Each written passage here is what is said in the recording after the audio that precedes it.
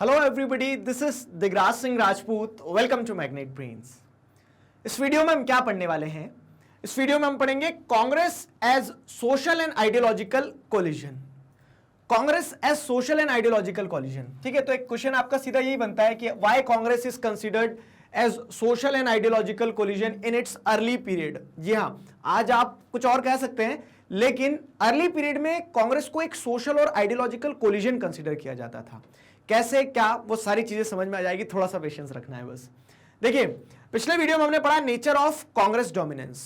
So we have learn this कि जो Congress dominance का नेचर है ना, वो वर्ल्ड वाइड जो दूसरी वन पार्टी डोमिनेंस सिस्टम चले आ रहे हैं, जैसे चाइना, मैक्सिको का हमने एग्जांपल देखे, उनसे अलग है। उनसे अलग ऐसा है कि कांग्रेस का जो डोमिनेंस था फर्स्ट 3 जनरल इलेक्शंस में, वो डेमोक्रेटिक वे में था। मतलब वो दूसरी पार्टीज को भी अलाउ करती थी और डेमोक्रेटिक तरीके से उसकी पॉपुलैरिटी के कारण वो पावर में आ रही थी, उसकी पॉपुलैरिटी के कारण वो डोमिनेट कर रही थी। ठीक है, तो इनिशियली हमने क्या देखा? इनिशियली हमने देखा कि कांग्रेस का जो नेचर ऑफ डोमिनेंस था वो डेमोक्रेटिक था। फाइन। अब देखो, उसके साथ साथ में और भी बहुत सारी चीजें हैं जो कांग्रेस के इस डोमिनेंस को स्टैब्लिश करने में मदद करती कांग्रेस की। ठीक है, तो और भी बहुत सारी चीजें क्या है, उनमें से एक चीज ये है कि कांग्रेस अपने आप में एक रेनबो ऑर्गेनाइजेशन था। ठीक है, रेनबो ऑर्गेनाइजेशन था, मतलब अलग अलग सोच के लोग, अलग अलग कैटेगरी के लोग, सभी लोग मिलके एक साथ क्या कर रहे हैं, कांग्रेस का पार्ट थे। इसलिए उसे क्या कहा गया है? सोशल। ठीक है, मतलब अलग अलग सामाजिक लोग, ठीक है, और आइडियोलॉजिकल मतलब अलग अलग विचारधारा वाले लोग, सब लोग साथ में एक साथ समाये हुए थे कांग्रेस में। ठीक है, सब लोग एक साथ कांग्रेस में समाये हुए थे। इसके चलते उसे क्या कहा गया? Congress as social and ideological collision. और इसी के चलते उसने अपनी डोमिनेंस को भी बनाए रखा शुरुआती दौर में। आया समझ में? तो जैसे आज हम क्या देखते हैं कि आज कोलिजन बनते हैं कब? इलेक्शन के बाद में। ये क्या है? कोलिजन ऑफ गवर्नमेंट का एग्जांपल हो गया कि हाँ, पार्टी बनाने मतलब गवर्नमेंट बनाने के लिए क्या होता है कि अलग अलग पार्टीज जो हैं तो कोलिजन कर रही है। कोलिजन ऑफ पार्टीज का एग्जांपल हो गया।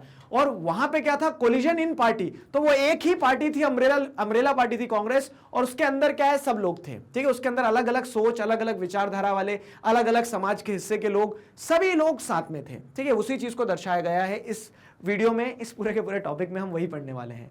ठीक है, आगे समझ में क्वेश्चन यही बनता है कि why Congress was considered as the social and ideological collision, and you have to write the answer which we are going to discuss just now. ठीक है, देखो, तो कांग्रेस की अगर हम बात करें तो it evolve from its origin इन 1885। 1885 में जब कांग्रेस बना ना, तो देखो बहुत सारी थ्योरीज हैं। कुछ लोग क्या कहते हैं? कांग्रेस को सेफ्टी वॉल्व की तरह कहते हैं कि ब्रिटिशर्स ने इसलिए बनवा दिया कि वो धीरे धीरे जो प्रेशर बनता था उसको वहां से रिलीज कर दिया जाए। ठीक है, कांग्रेस मतलब एक तरह से टॉकिंग शॉप बना दी थी शुरुआत में कि हाँ, बातचीत होती रहे, प्रेयर्स और पिटिशंस के माध्यम से क्या हो, चीजों को सॉल्व किया जा सके। पहले कांग्रेस इस तरीके से बनाई गई, तो एक प्रेशर ग्रुप की तरह बनाई गई थी बस।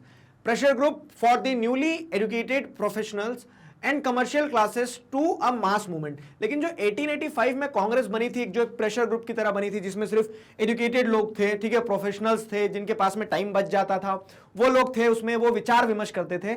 वहां से कांग्रेस उठ के क्या बना? एक मास मूवमेंट बना कांग्रेस। ठीक है, वहां से उठ के कांग्रेस क्या बनी? एक मास मूवमेंट बनी। लीडर्स आए जो जेल गए, जो शहीद हुए। ठीक है, तो इस तरह से आप क्या देखोगे कि कांग्रेस का मास मूवमेंट बनने तक का जो सफर था ना, इसमें कांग्रेस ने अपने आप को बहुत ग्रो किया है। ठीक है, इन दी 20th सेंचुरी। तो मास मूवमेंट जो 20th सेंचुरी में बनी, तो इस पूरे इवेंट में कांग्रेस ने अपने आप को बहुत ग्रो किया है। कैसे ग्रो किया? तो the Congress began as a party dominated by the English speaking upper caste, upper middle class and urban elite. तो जो 1885 में प्रेशर ग्रुप और एजुकेटेड प्रोफेशनल्स की पार्टी थी ना कांग्रेस, तो स्टार्ट कैसे किया था उसने कि एक जो अलाइट क्लास थी, इंग्लिश स्पीकिंग, ठीक है, अपर मिडिल क्लास की जो एक अलाइट क्लास थी, उन्हीं लोगों ने कांग्रेस में डोमिनेट किया शुरुआती दौर में। 1885 के बाद से अगर जैसे आप देखोगे, 1885 के बाद से आप अगर मान लो कि शुरुआत के जो 20-25 साल रहे ना, उन 25 सालों में Congress was dominated by this section. ठीक है, English speaking upper caste, upper middle class, urban elites, इनके द्वारा। जैसे हम बात करते हैं क्या, दादा भाई नौरोजी वगैरह, तो ये सारे लोग जो थे वेल ऑफ थे, नॉलेज था, और इनके कहीं ना कहीं ब्रिटिशर्स के साथ में क्या थे? ब्रिटिशर्स के साथ में इंटरेक्शन था। ठीक है, और इसीलिए आप जैसे देखते हो तो एओ ह्यूम जब उन्होंने कांग्रेस को स्टैब्लिश करा, तो एक ब्रिटिश ऑफिसर ने क्या किया? कांग्रेस स्टैब्लिश करवाया, और उसने मतलब उन इंडियंस को उस कांग्रेस का पार्ट बनवाया, या फिर उन इंडियंस के कंट्रीब्यूशन को हमें देखने को मिला जो कहीं ना कहीं ब्रिटिशर्स के साथ इंटरेक्शन में थे। और इसी चीज के चलते स्कॉलर्स क्या बोलते? कांग्रेस को सेफ्टी वॉल्व भी बोलते थे। ठीक है, खैर हम उस डिबेट में नहीं जा रहे, हम वापस आते हैं अपने टॉपिक पे। वो क्या है कि शुरुआत में कांग्रेस का स्टार्ट जो हुआ था, तो वो अपर स्ट्रेटा के थ्रू था। उतना कह सकते हैं कि कोलिजन नहीं था वो। ठीक है, वो आइडेंटिफाइड था कि ये तो सिर्फ अलाइट्स के लिए पार्टी बनी है। ठीक है, but with every civil disobedience movement, लेकिन हर एक मूवमेंट के साथ में जो कांग्रेस ने स्टार्ट किया, चाहे आप उसे महात्मा गांधी के बाद से देख लो या महात्मा गांधी के पहले से देख लो, स्वदेशी मूवमेंट को देख लो, ठीक है, तो बंगाल का पार्टीशन हुआ उस समय को देख लो, तो कांग्रेस के हर एक मूवमेंट के साथ जिसमें उसने जनता को इंक्लूड किया, जनता जनार्दन को अपने साथ लिया, कांग्रेस का बेस जो है वो ब्रॉड होता चले गया, ठीक है। तो but with every civil disobedience movement it launch its social base widened, ठीक है, तो अपने सोशल बेस को वो वाइड करते चले गई। समझ में आया ना, ये एक्सप्लेन किया मैंने आपको किस तरह से। तो कांग्रेस ने अपना नेचर बदला over the period of time, शुरुआत कैसे भी की हो, अलाइट ग्रुप की तरह की हो, लेकिन धीरे धीरे अपने आप को एक्सपैंड करते चले गई। दिखती बात है ना, जब नॉन कॉपरेशन मूवमेंट लॉन्च किया तो उसने हिंदू मुस्लिम ट्राइबल्स को, जो विलेजेस में थे, जो सिटीज में थे, सबको अपने साथ इंक्लूड किया। वही आप देखोगे तो फिर क्या सिविल डिसोबीडियंस मूवमेंट जो हुआ, सॉल्ट मार्च जो हुआ, तो इसमें क्या है कि different sections of the society joined with the Congress, ठीक है, they joined the agenda of Congress. और इसी तरह से कांग्रेस एक ब्रॉड बेस्ड ऑर्गेनाइजेशन बढ़ता चलेगा। और वो ब्रॉड बेस्ड ऑर्गेनाइजेशन क्या दर्शाता है? वो सोशल और आइडियोलॉजिकल कोलिजन ही तो दर्शाता है। समाज के हर वर्ग से, हर विचार के इंसान का एक साथ आना क्या है?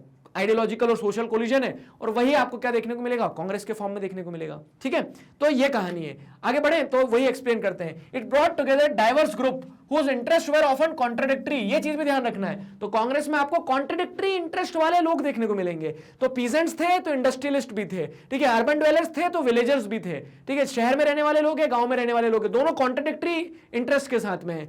वर्कर्स थे, ओनर्स थे, तो वर्कर्स हमेशा ओनर्स के अगेंस्ट में प्रोटेस्ट करेंगे, हमारी सैलरी बढ़ाओ, ठीक है। तो कॉन्ट्रडिक्टरी इंटरेस्ट वाले लोग भी कांग्रेस में एक साथ समाहित थे, ठीक है, मतलब एक साथ सिंक हो गए थे सब। तो ये दर्शाता है कांग्रेस का इंक्लूसिव नेचर, जो हमने पढ़ के आए हैं, ठीक है, जो पढ़ा था ना, कांग्रेस वाज ऑल इंक्लूसिव। तो ये आपको चीजों को ऐसे कनेक्ट करना है कि हाँ, तो शुरुआती दौर जो रहा इंडियन पॉलिटिक्स का, it was dominated bye Congress. तो क्यों डोमिनेटेड था उसकी जड़ें समझ रहे हो आप, ठीक है। Middle, lower and upper classes and caste, तो मिडिल क्लास क्या, लोअर क्लास क्या, अपर कास्ट क्या, लोअर कास्ट क्या, सभी लोग कांग्रेस में आपको देखने को मिल जाएंगे। इनके बीच में कभी कभी कंफ्लिक्ट भी होते थे, ठीक है। तो आप देखोगे बहुत सी बार क्या होता है, कंफ्लिक्ट भी होता है, लेकिन उन सारे कंफ्लिक्ट के बावजूद भी क्या है, वो सब एक साथ एक छतरी के नीचे जब थे ना, तो all found space in the Congress. तो जब ये सभी लोग एक ही छतरी के नीचे थे, so this made social and ideological collision, ठीक है। तो प्रैक्टिकली आप समझ में आई ना चीजें, क्यों कांग्रेस को एक सोशल और आइडियोलॉजिकल कोलिजन कहा जा रहा है। जैसे अगर हम देखें तो gradually its leadership also expanded beyond the upper caste and upper class professionals। शुरुआत में जैसे अपर कास्ट और अपर क्लास प्रोफेशनल जो थे, मोतीलाल नेहरू वगैरह की बात करें हम, तो मोहम्मद अली जिन्ना भी जब जैसे कांग्रेस में थे, तो उस समय अगर हम समझे चीजों को तो क्या है कि सिर्फ अलाइट क्लास जो है वही लीडरशिप को होल्ड कर रहे थे, ठीक है। लेकिन धीरे धीरे क्या होता है कि कांग्रेस की लीडरशिप भी बदली to agricultural based leaders with rural orientation. Agricultural based leaders with rural orientation भी जरूरी थी, क्यों? क्योंकि majority of the country was living in rural India. आज भी वही कंडीशन है। जैसे अगर आप देखोगे तो उस समय तो 80% से ऊपर पॉपुलेशन गांव में रह रही थी। तो उसकी लीडरशिप में भी आप देखोगे तो आपको क्या देखने को मिलेगा, एक तरह से different personalities with different orientations, different ideological stand, different social background देखने को मिल जाएंगे। अब जैसे आप देखोगे राजेंद्र प्रसाद जो सरदार वल्लभ भाई पटेल है, Sardar Vallabh Bhai Patel emerged as a peasant leader only, ठीक है, खेदा से निकल के आए, चंपारण से निकल के आए। वहीं पे आप देखोगे जवाहरलाल नेहरू जो है तो बाहर से पढ़ के आए, एक अलाइट क्लास को बिलोंग करते थे, इंग्लिश स्पीकिंग क्लास को, वो भी उनके पास भी लीडरशिप। तो इस तरह से आपको डाइवर्स लीडरशिप देखने को मिलेगी। आप बोलोगे सर इस चैप्टर में आप तीन ही नाम क्यों बता रहे हो? ऐसा नहीं है। जैसे डॉक्टर बी आर अम्बेडकर को भी देखोगे आप, तो क्या है, डॉक्टर बी आर अम्बेडकर भी एक एजुकेशनिस्ट है, ठीक है, उनका भी आना लीडरशिप में, फिर वो एक कास्ट को रिप्रेजेंट करते हैं। तो इस तरह से अपर कास्ट, लोअर कास्ट, ठीक है, upper class, lower class, educationist, फिर उसके बाद में आप देखोगे रूरल ओरिएंटेशन वाले लीडर्स। तो इस तरह से अलग अलग तरह के लीडर्स अलग अलग बैकग्राउंड से, अलग अलग सोच के साथ में जब एक साथ आए तब कोलिजन बना, और इसीलिए कांग्रेस को कोलिजन कहा जा रहा है, ठीक है। तो it was collision in party, ठीक है, कोलिजन ऑफ पार्टी तो आपने देखा होगा, जो आज हम देखते हैं कि हाँ चुनाव में सीट नहीं मिल रही तो एक साथ गठबंधन कर लिया, लेकिन ये गठबंधन चुनाव से पहले उस पार्टी के अंदर ही कितने सारे अलग अलग सेक्शंस का गठबंधन था, और इसने कहीं ना कहीं कांग्रेस को जो डोमिनेंस है वो स्टैब्लिश करने में मदद दिलवाई थी इनिशियल ईयर्स में, ठीक है। तो Congress was transformed into a rainbow like social collision broadly representing India's diversity, ठीक है। Many of these groups merged their identity with in the Congress. और अब जब ये अलग अलग तरह के कह सकते हैं कि क्या डाइवर्स सोशल बैकग्राउंड से बिलोंग करने वाले लोग थे, जब वो एक साथ आ गए एक ही छतरी के नीचे, तो इससे क्या होता है, इससे आपको देखने को मिलता है कि कांग्रेस एक रेनबो लाइक ऑर्गेनाइजेशन बन जाती है। आगे समझ में? तो देखो अभी तक स्पेसिफिकली अगर अब देखो चांसेस रेयर रहते हैं, लेकिन फिर भी अगर ऐसे क्वेश्चन बहुत पूछ लिया जाए वर्ड स्पेसिफिक कि कांग्रेस एज सोशल कोलिजन। तो आपको सोशल कोलिजन में क्या बताना होगा कि सोसाइटी के जो डाइवर्स ग्रुप थे, ठीक है, कंट्राडिक्टिंग इंटरेस्ट थे, वो सब एक साथ आए। क्या रूरल लीडर्स, क्या अर्बन लीडर्स सब एक साथ आए, तो उससे एक सोशल कोलिजन बना। अब वहीं पे आइडियोलॉजिकल कोलिजन में मतलब वो विचार की बात आ गई है। सोशल कोलिजन मतलब सामाजिक हिस्से जो अलग अलग समाज के एक साथ आ गए कांग्रेस के अंदर, और उसने कांग्रेस को अपना बेस ब्रॉड करने में मदद करी।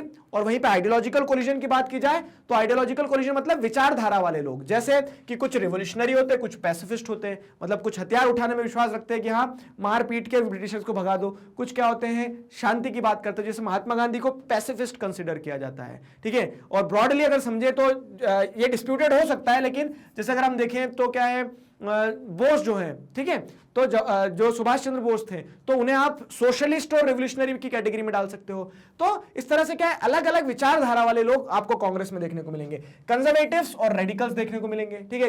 कंजर्वेटिव्स और रेडिकल्स जैसे अगर आप देखेंगे तो जो पुराने कांग्रेस के लीडर्स रहे हैं वो कंजर्वेटिव्स कहलाए। मोतीलाल नेहरू को आप कंजर्वेटिव की कैटेगरी में डाल सकते हो, ठीक है। फिर उसके बाद में एक्सट्रीमिस्ट और मॉडरेट्स, नरम दल गरम दल, ठीक है। तो लाल बाल पाल जो हो गए एक्सट्रीमिस्ट लीडर हो गए। मॉडरेट्स में क्या चले जाएंगे, तो पुराने जो कह सकते हैं ओल्ड, ठीक है। तो ये सारे लीडर्स क्या हो जाएंगे, मॉडरेट्स की कैटेगरी में आ जाएंगे। फिर आप देखोगे तो right left all shades of centres. Right left में जैसे आप राइटिस्ट लीडर्स भी हैं, राइटिस्ट लीडर्स के साथ साथ में जैसे हिंदू महासभा के जो लीडर्स थे वो भी सब क्या है, राइटिस्ट में आ जाएंगे। लेफ्टिस्ट में जैसे अगर आप देखोगे तो क्या है, एम एन रॉय भी कांग्रेस का पार्ट थे, ठीक है। अब इनके बारे में पढ़ोगे, अभी नाम सुन के लग रहा है हम तो पहचानते ही नहीं इनको, ठीक है। पहचानने लगोगे जब हम थोड़ा थोड़ा लीडर्स के बारे में डील करेंगे, अपने आप सारी चीज समझ में आ जाएगी। अभी आप बस सुनते चलो, क्योंकि देखो आपको कुछ कनेक्ट नहीं भी कर पा रहे हो ना तो पेशेंस रखना, क्योंकि आगे जाके हर चीज कनेक्ट होगी आपकी, ठीक। तो इस तरह से आपको क्या देखने को मिल रहा है कि कांग्रेस जो है वो एक आइडियोलॉजिकल कोलिजन भी है, ठीक है। कांग्रेस एक आइडियोलॉजिकल कोलिजन की तरह भी काम कर रहा है, ठीक है, जिसमें हर एक आइडियोलॉजी के इंसान को उन्होंने अकोमोडेट किया अपने साथ। तो इन प्री इंडिपेंडेंस डेज देखो अब ये एक बहुत अच्छा एग्जांपल है। तो आप देख रहे हो कि कांग्रेस किस तरह से ऑल इंक्लूसिव ऑर्गेनाइजेशन था।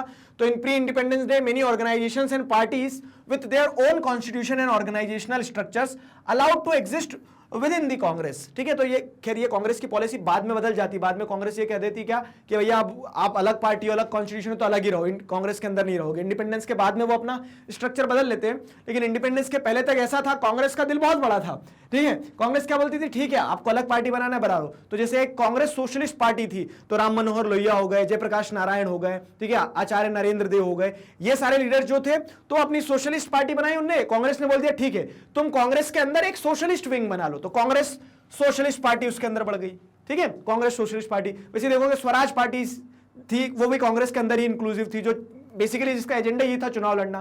तो ये जो नेचर था ना कांग्रेस का, ठीक है, उसी ने नेचर ऑफ कांग्रेस डोमिनेंस को आप जब समझ रहे हो तो वो जो डोमिनेंस वर्ड लगा है कांग्रेस के पीछे, ठीक है, उसके पीछे कांग्रेस का नेचर रिस्पॉन्सिबल है कि वो इतना इंक्लूसिव था कि हर सेक्शन जो है वो आपको कांग्रेस में देखने को मिल जाएगा।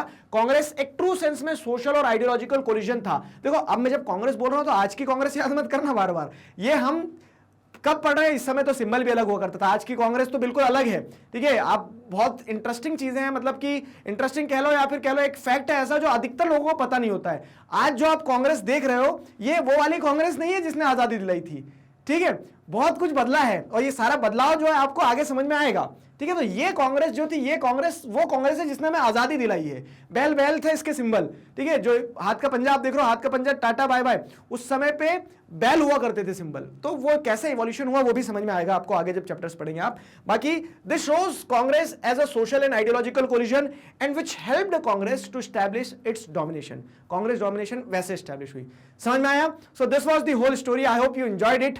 मैग्नेट ब्रेन्स पर इसी तरह से क्लास किंडरगार्टन से क्लास 12 तक सभी सब्जेक्ट्स, चैप्टर्स, टॉपिक पढ़ाए जाते हैं। ये सभी चीज़ वीडियो लेक्चर्स के फॉर्मेट में अवेलेबल है। इन वीडियो लेक्चर्स को आप यूट्यूब पर भी देख सकते हैं और वेबसाइट पर भी। वेबसाइट पर आपको सारा सब कुछ अरेंज मिल जाएगा, ठीक है, जिससे आपको ढूंढने में दिक्कत नहीं जाएगी। करना क्या है, magnetbrains.com सर्च करना है गूगल पर। magnetbrains.com सर्च करते से आपके सामने वेबसाइट आएगी, वेबसाइट पर क्लिक करोगे कुछ इस तरह का इंटरफेस आएगा, सारे सब्जेक्ट्स होंगे, सारी क्लासेस होंगी। तो पहले आपको क्लासेस सेलेक्ट करना है, जैसे आप 9th क्लास में 9th क्लास सेलेक्ट करो, उस क्लास के सब्जेक्ट आपके सामने ओपन अप होंगे, ठीक है। उन सब्जेक्ट्स में से आपको जो सब्जेक्ट पढ़ना है सब्जेक्ट सेलेक्ट करो, तो उस सब्जेक्ट के क्या आ जाएंगे, चैप्टर्स, टॉपिक, सब टॉपिक, जो पढ़ना है सेलेक्ट करो, घर बैठे सिलेबस कंप्लीट करो। और ये सिर्फ क्लास 12 के लिए नहीं है, ये किंडरगार्टन से क्लास 12 तक के लिए, सबके लिए है। तो अपने जूनियर्स और सीनियर्स को जरूर बताइए मैग्नेट ब्रेन्स के बारे में। मिलते हैं नेक्स्ट वीडियो में अगले टॉपिक के साथ, इसी कंटिन्यूएशन में चीजों को एक्सटेंड करने वाले हैं। Thank you.